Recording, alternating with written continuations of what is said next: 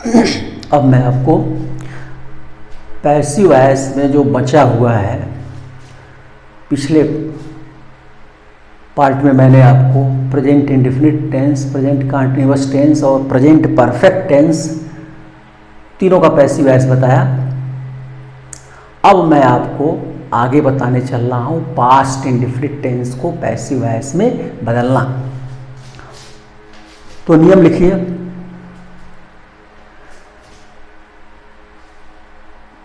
Past indefinite tense को passive voice में बदलते समय सहायक क्रिया वाज वेयर एवं वर्ब के थर्ड फॉर्म का प्रयोग करते हैं। शेष नियम यथावत रहता है। जैसे ही helped me, past indefinite tense का अफर्मेटिव है, वर्ब का सेकंड फॉर्म लगा हुआ है, ही हेल्प्ड मी। तो मी इधर आएगा तो क्या हो जाएगा, आई, और इसमें सहायक क्रिया वाज वेयर लगेगा तो आई के साथ क्या लगेगा, वाज, तो हो जाएगा I was helped by him, I was helped by him.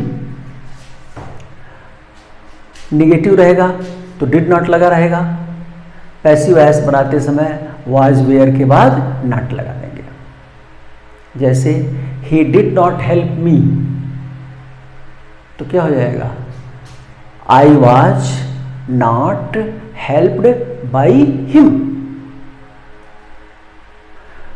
Interrogative रहेगा तो यदि सहायक क्रिया बाहर है तो आप भी पैसिव वॉइस की सहायक क्रिया को बाहर करेंगे। जैसे डिड ही हेल्प मी, तो क्या हो जाएगा, मी इधर आएगा तो आई हो जाएगा, और आई के साथ क्या लगता है, वाज, वाज बाहर आ जाएगा तो क्या हो जाएगा, was I helped by him, was I helped by him. और यदि प्रश्नवाचक शब्द है से शुरू हो रहा है क्वेश्चन वर्ड से, तो आपका पैसिव वॉइस भी उसी क्वेश्चन वर्ड से शुरू हो जाएगा। जैसे when did he help me, when did he help me, तो व्हेन आ गया और मी इधर आएगा तो आई, और डिड बाहर है तो वाज भी बाहर हो जाएगा, तो हो जाएगा when was I helped by him, when was I helped by him. आप इसे बना सकते हैं, समझ गए होंगे। अब लिखिए पास्ट कंटीन्यूअस टेंस को पैसिव वॉइस में बदलना, पास्ट कंटीन्यूअस टेंस को पैसिव वॉइस में बदलना। तो पास्ट कंटीन्यूअस टेंस में क्या क्या लगा रहता है, वाज वेयर और क्रिया में आईएनजी लग के बनता है। जैसे ही वाज हेल्पिंग मी, तो अब इसको बनाएंगे तो क्या करेंगे, नियम लिख लीजिए, लिखिए पैसिव वॉइस बनाते समय इसमें, पैसिव वॉइस बनाते समय इसमें वाज वेयर के बाद बीइंग, वाज वेयर के बाद बीइंग एवं वर्ब का थर्ड फॉर्म लगाते हैं, एवं वर्ब का थर्ड फॉर्म लगाते हैं। शेष नियम यथावत रहता है। जैसे ही वाज हेल्पिंग मी, तो मी इधर आएगा तो हो जाएगा आई, और आई के साथ हो जाएगा वाज, और वहीं हो जाएगा being, I was being helped by him, I was being helped by him. अगर निगेटिव रहेगा तो वाज वेयर के बाद नॉट लगा रहेगा। पैसिव वॉइस में भी आप वहीं वाज वेयर के बाद नॉट लगाएंगे। जैसे he was not helping me, he was not helping me, तो मी इधर आएगा तो क्या आएगा, I was not being helped by him. और अगर सहायक क्रिया बाहर रहेगी तो आप पैसिव वॉइस में भी सहायक क्रिया को बाहर कीजिएगा। जैसे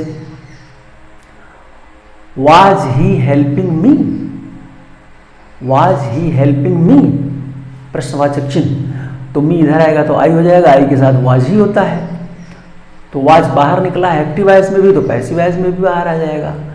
तो हो जाएगा was I being helped by him, प्रश्नवाचक चिन्ह। और यदि प्रश्नवाचक शब्द से रहेगा तो आपका पैसिव वॉइस भी प्रश्नवाचक शब्द से ही शुरू हो जाएगा। जैसे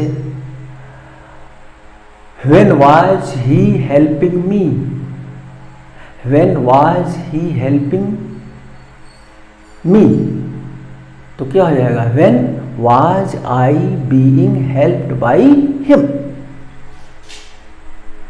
इस प्रकार ये बन गया। अब है पास्ट परफेक्ट टेंस को पैसिव वॉइस में बदलना। तो पास्ट परफेक्ट टेंस में आपको मालूम है हैड और वर्ब का थर्ड फॉर्म लगा रहता है। जैसे I had helped her, I had helped हर, ऐसे रहेगा। लिखिए नियम, पैसिव वॉइस बनाते समय, पैसिव वॉइस बनाते समय हैड के बाद बीन, हैड के बाद बीन एवं वर्ब का थर्ड फॉर्म लगा देते हैं। शेष नियम यथावत रहता है, बाकी नियम जैसे है वैसे रहेगा।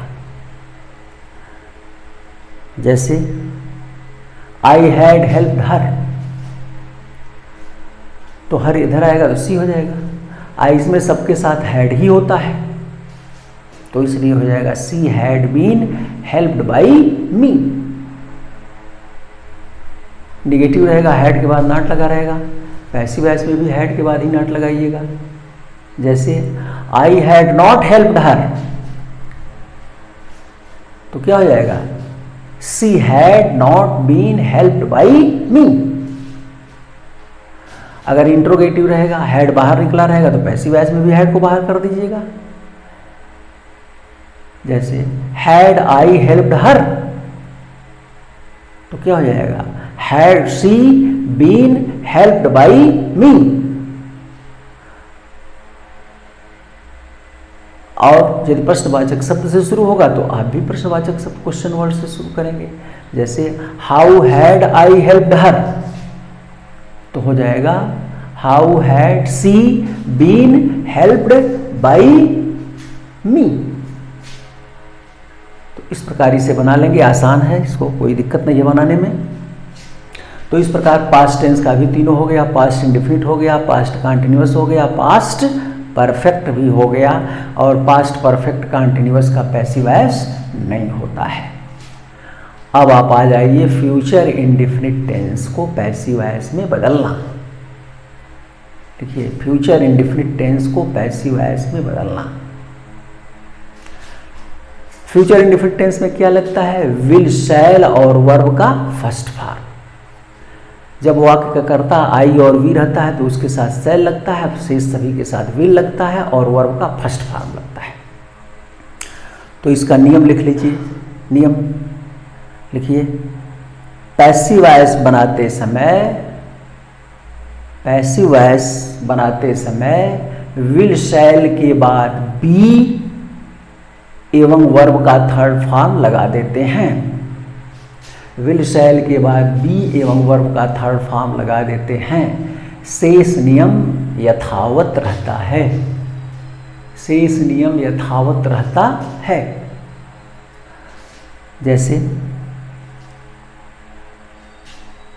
आई शैल call him, I shell call him, तो हिम इधर आएगा तो ही हो जाएगा, और ही के साथ शैल लगता नहीं है तो क्या लगेगा विल, तो हो जाएगा ही विल, और उसी के बाद क्या लग जाएगा बी, तो हो जाएगा he will be called by me, he will be called by me. Negative में इसमें विल शैल के बाद नॉट रहता है, पैसिव वॉइस में भी विल शैल के बाद ही नॉट लगाइएगा। जैसे I shall not call him, I shall not call him, तो हिम इधर आएगा तो क्या हो जाएगा he will not be called by me.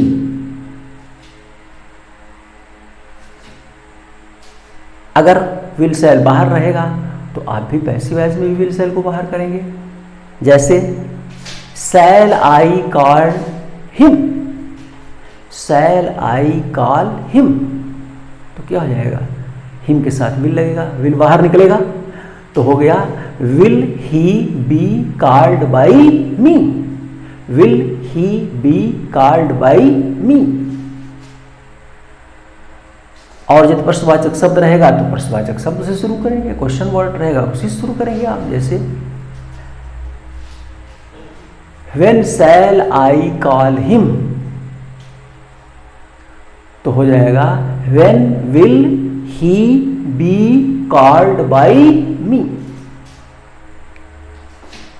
प्रश्नवाचक चिन्ह। इस प्रकार ये रहा आपका प्रेजेंट फ्यूचर इंडेफिनिट टेंस को पैसिव वॉइस में बदलना। अब फ्यूचर कंटिन्यूअस का पैसिव वॉइस होता नहीं है।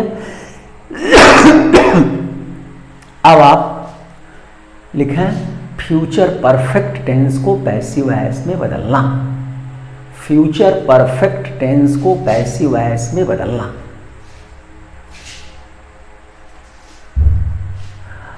अब फ्यूचर परफेक्ट टेंस में क्या क्या लगता है, तो विल हैव, शैल हैव और वर्ब का थर्ड फॉर्म यही लगा के बनता है। तो पैसिव वॉइस में क्या करेंगे, नियम लिखिए, नियम लिखिए। पैसिव वॉइस बनाते समय, पैसिव वॉइस बनाते समय will have been, shall have been, will have been, shall have been एवं वर्ब के थर्ड फॉर्म का प्रयोग करते हैं। शेष नियम यथावत रहता है। जैसे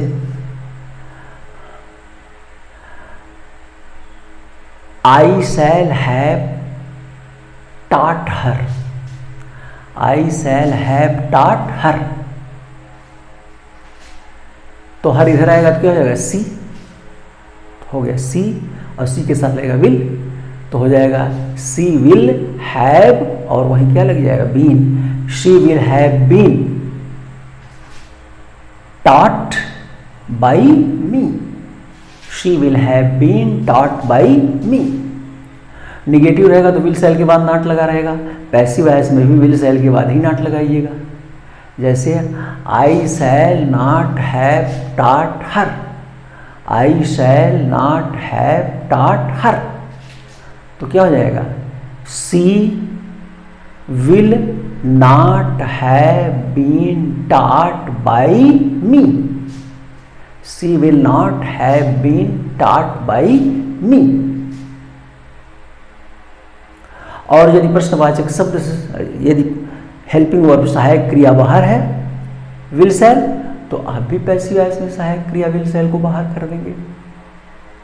जैसे shall I have taught her, shall I have taught her, प्रश्नवाचक है तो क्या हो जाएगा, हर इधर सी, सी के साथ विल, तो हो जाएगा will she have been taught by me, will she have been taught by me.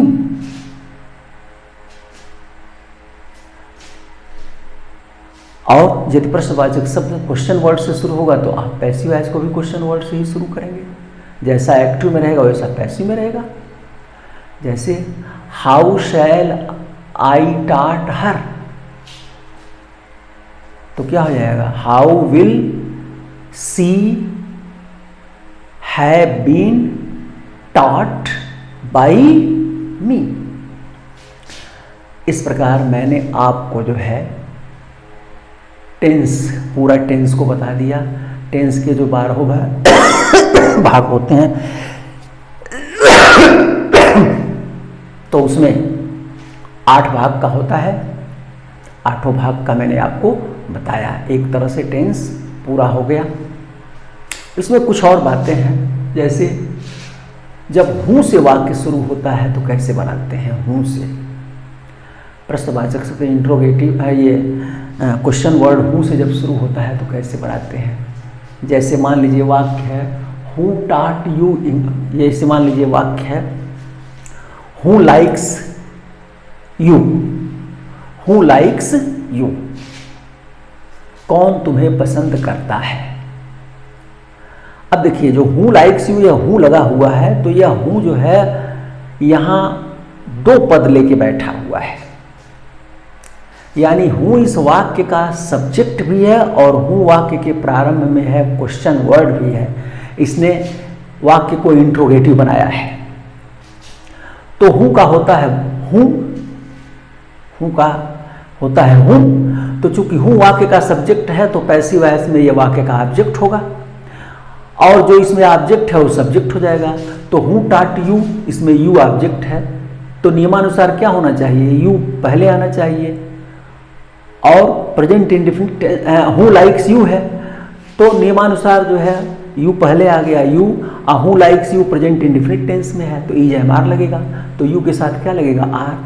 तो नियमानुसार तो हो जाना चाहिए यू आर और वर्ब का थर्ड फॉर्म लाइक्ड बाई, और हूँ कर्ता कारक है, इसका कर्म कारक क्या हो जाएगा हूँ, तो हो जाएगा यू आर टाट बाई हूँ। लेकिन ये गलत है। क्यों गलत है? क्योंकि हु टाट यू इंग्लिश यह वाक्य इंट्रोगेटिव है और आपने जो बनाया यू आर टाट बाई हुम वह जो है अफर्मेटिव में हो गया। तो ऐसा नहीं हो सकता है कि इंट्रोगेटिव वाक्य को आप अफर्मेटिव में बनाते हैं, तो इसलिए जो बाई हुम है वह फिर वाक्य के प्रारंभ में आएगा, यानी कर्म होते हुए कर्ता के स्थान पर आ जाएगा। पैसिव वॉइस में वो कर्म है लेकिन कर्म होते हुए भी कर्ता के स्थान पर आ जाएगा। क्यों? क्योंकि इंट्रोगेटिव बनाना है, वो होम जो है प्रश्नवाचक शब्द क्वेश्चन वर्ड भी है, इसलिए अब इसका जब बनाएंगे तो क्या हो जाएगा, by whom are you liked, by whom are you liked, ये सही है, ये होगा। मैंने इतना इसलिए समझाया है आपको कि प्रायः लड़के गलती कर देते हैं, कभी कभी मिल जाता है, बनाए रहते हैं you are liked by whom तो ये गलत है। By whom are you liked, अब क्यों बाय होम हो गया, एक कारण मैंने बताया आपको, by whom are you liked क्यों हुआ है। ऐसे ही मान लीजिए कभी कभी हूँ वाले वाक्यों में दो ऑब्जेक्ट आ जाएंगे तो उसका दो तरह से बनेगा। जैसे एक वाक्य है यहाँ हु टाट यू इंग्लिश, कौन तुम्हें अंग्रेजी पढ़ाया, इसमें दो ऑब्जेक्ट हैं, क्या पढ़ाया, अंग्रेजी, किसको पढ़ाया, यू, तुमको पढ़ाया, तो दो ऑब्जेक्ट मिल गए। अब इसका पैसिव वॉइस दो तरह से बनेगा, एक बार एक ऑब्जेक्ट को सब्जेक्ट बनाएंगे और एक बार दूसरे ऑब्जेक्ट को सब्जेक्ट बनाएंगे। तो पहले आप बनाइए यू को, यू ऑब्जेक्ट है, इसको सब्जेक्ट बनाइए, क्या हो जाएगा, बाय होम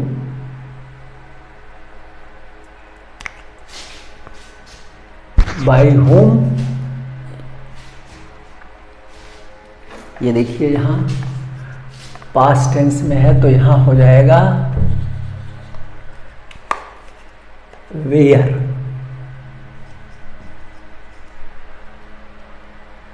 और यहाँ हो जाएगा वाज। तो हो गया कि बाय होम, अब यू को इधर लाए हैं तो यू कर्ता कारक है और यहां जो है वो यू है, तो यू जब इधर आएगा तो यू बहुवचन है, इसके साथ वेयर लगेगा तो हो जाएगा बाय होम वेयर यू टाट, और उसके बाद जो दूसरा ऑब्जेक्ट इंग्लिश है वो क्रिया के बाद वैसे ही आ जाएगा, बाय होम वेयर यू टाट इंग्लिश। चूंकि हु टाट यू इंग्लिश ये पास्ट इंडेफिनिट टेंस में है, तो पास्ट इंडेफिनिट टेंस में जो है पैसिव वॉइस बनाते समय वाज वेयर लगाते हैं, तो हो जाएगा बाय होम वेयर यू टाट इंग्लिश। चूंकि इसका सब्जेक्ट यू है इसलिए इस यू के अनुसार ही ये क्रिया होगी, तो बाय होम वेयर यू टाट इंग्लिश। और इंग्लिश ऑब्जेक्ट के रूप में ही रह जा रहा है। यू तो यहाँ ऑब्जेक्ट था, अब सब्जेक्ट हो गया, तो यू यहाँ सब्जेक्ट हुआ, इसलिए इसके अनुसार वेयर हुआ। और इंग्लिश ऑब्जेक्ट है, क्रिया के बाद वैसे ही है, तो by whom were you taught English. अब इंग्लिश को इधर लाइए, इंग्लिश ऑब्जेक्ट है, इसको सब्जेक्ट बनाइए, तो हो जाएगा बाय हुम। अब इंग्लिश इधर आएगी, तो इंग्लिश एक है, सिंगुलर है, एक वचन है, तो इसलिए क्या हो जाएगा, वाज। तो हो जाएगा bye whom was English taught, और टॉट के बाद दूसरा ऑब्जेक्ट यू जो है वैसे ही आ जाएगा, taught to you. By whom was English taught to you. ये भी कह सकते हैं bye whom was English taught you, नहीं भी टू लगाया जा सकता है, टू लगाया भी जा सकता है, दोनों सही है। By whom was English taught to you, इस तरह से बनेगा। ऐसे ही व्हाट का प्रयोग कर देता है कभी कभी, व्हाट आर यू डूइंग, तो व्हाट ऑब्जेक्ट है और इंट्रोगेटिव भी है, तो ये ऑब्जेक्ट है तो सब्जेक्ट होना चाहिए, तो सब्जेक्ट होना चाहिए, चूंकि व्हाट ऑब्जेक्टिव केस है लेकिन इंट्रोगेटिव होने के नाते वाक्य प्रारंभ में है, और पैसिव वॉइस बनाएंगे तो व्हाट सब्जेक्टिव केस हो जाएगा, तब भी प्रारंभ में ही रहेगा, तो हो जाएगा व्हाट, यही सब्जेक्ट है और यह यू जो है ऑब्जेक्ट है, तो हो जाएगा व्हाट आर यू डूइंग, किस टेंस में है, प्रेजेंट कंटिन्यूअस में, तो हो जाएगा what is being done by you. You object है, सब्जेक्ट था, ऑब्जेक्ट हो गया इसमें पैसिव वॉइस में, तो यू हो गया। अगर ये रहता व्हाट इज ही डूइंग, अगर ये रहता, इसको भी लिख लीजिए तो ज़्यादा क्लियर हो जाएगा समझने में, what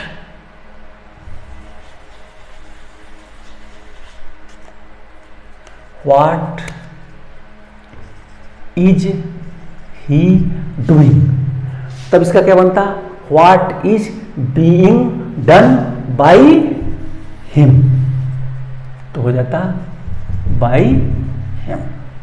what is he doing तो हो जाएगा what is being done by him, यानी व्हाट यही रह जाएगा। ऐसे ही मान लीजिए है which book do you like, तुम कौन सी पुस्तक पसंद करते हो, तो विच के साथ बुक लगा हुआ है, इसलिए ये ऐसे ही यहां भी पैसिव वॉइस में रहेगा, तो हो जाएगा विच बुक, और यू जो है ऑब्जेक्ट है, ये सब्जेक्ट है, which book do you like, इसमें यू क्या है, सब्जेक्ट है, अब ये ऑब्जेक्ट हो जाएगा, तो हो जाएगा which book is liked by you, which book is liked by you, इसमें ऑब्जेक्ट नहीं आया है, ऑब्जेक्ट आया तो है जरूर बुक, लेकिन ये बुक जो है विच के साथ लगा हुआ है, इसलिए which book is liked by you, ऐसे बन जाएगा। एक और इसमें थोड़ा समझ लीजिए, कभी कभी ऐसा होता है कि पैसिव वॉइस में दो ऑब्जेक्ट आते हैं, जैसे he gave me a book, वह मुझे एक किताब दिया, इसमें दो ऑब्जेक्ट है, मी भी ऑब्जेक्ट है और बुक भी ऑब्जेक्ट है, तो ऐसे वाक्यों का पैसिव वॉइस दो तरह से बनता है। ये पास्ट टेंस में है तो एक बार मी को इधर लाएंगे, सब्जेक्ट बनाएंगे तो बनेगा, एक बार ये बुक को, तो पहले मी को लाइए, तो he gave me a book, तो मैं इधर आएगा तो क्या हो जाएगा, आई, और आई के साथ पास्ट टेंस है तो क्या लगेगा, वाच, और थर्ड फॉर्म गिवन, और दूसरा ऑब्जेक्ट वैसे ही रह जाएगा ए बुक बाई, और ही का हिम हो गया, I was given a book by him.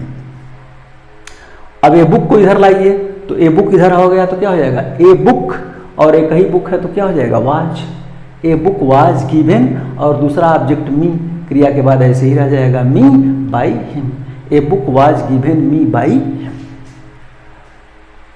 एक चीज और थोड़ा सा है, दे मेड हिम मॉनिटर, वे उसे मॉनिटर बनाए। इस वाक्य में जो है हिम और मॉनिटर दोनों है। लड़के क्या करते हैं, इसमें ऑब्जेक्ट को पहचानिए, क्योंकि ऑब्जेक्ट ही सब्जेक्ट होता है, तो इसका ऑब्जेक्ट क्या है, हिम है, तो हिम इधर आएगा, और लड़के क्या करते हैं, मॉनिटर को ले देते हैं, monitor was made him, monitor was made him by them बना देते हैं, जो गलत हो गया। ऑब्जेक्ट को लाइए, और ऑब्जेक्ट की पहचान है क्या एवं किसको की पहचान। तो क्या से जब कहोगे क्या बनाए, मॉनिटर बनाए, मिल जा रहा है मॉनिटर भी, लेकिन क्या से जब निर्जीव मिलेगा तब वो ऑब्जेक्ट होता है, अगर सजीव मिलता है तो ऑब्जेक्ट नहीं है, वो कॉम्प्लीमेंट है। याद रखिए, जब मैं टेंस पढ़ाऊंगा तो इसको विधिवत लिखाऊंगा और बताऊंगा आगे कि ये कैसे ये कॉम्प्लीमेंट है। तो यहाँ जो है मॉनिटर कॉम्प्लीमेंट है, ऑब्जेक्ट नहीं है। ऑब्जेक्ट की पहचान जब लिखाऊंगा तब बताऊंगा क्या से कैसे मिलता है, किसको से कैसे मिलता है, कौन ऑब्जेक्ट होता है, कौन कॉम्प्लीमेंट होता है। तो बनेगा क्या, he was made monitor by them, he was made monitor by them, ये बनेगा। इस प्रकार इतना आज इतना ही। इसके आगे वाले पार्ट में शेष पैसिव वॉइस के बारे में पूरा बताऊंगा, अभी और बाकी है, विशेष चीज़ें बताना अवशेष है। और पूरी चीज़ों को आप ठीक से समझें, ठीक से स्टेप बाय स्टेप समझें, तभी कायदे से सारी चीज़ें समझ में आएगी। धन्यवाद।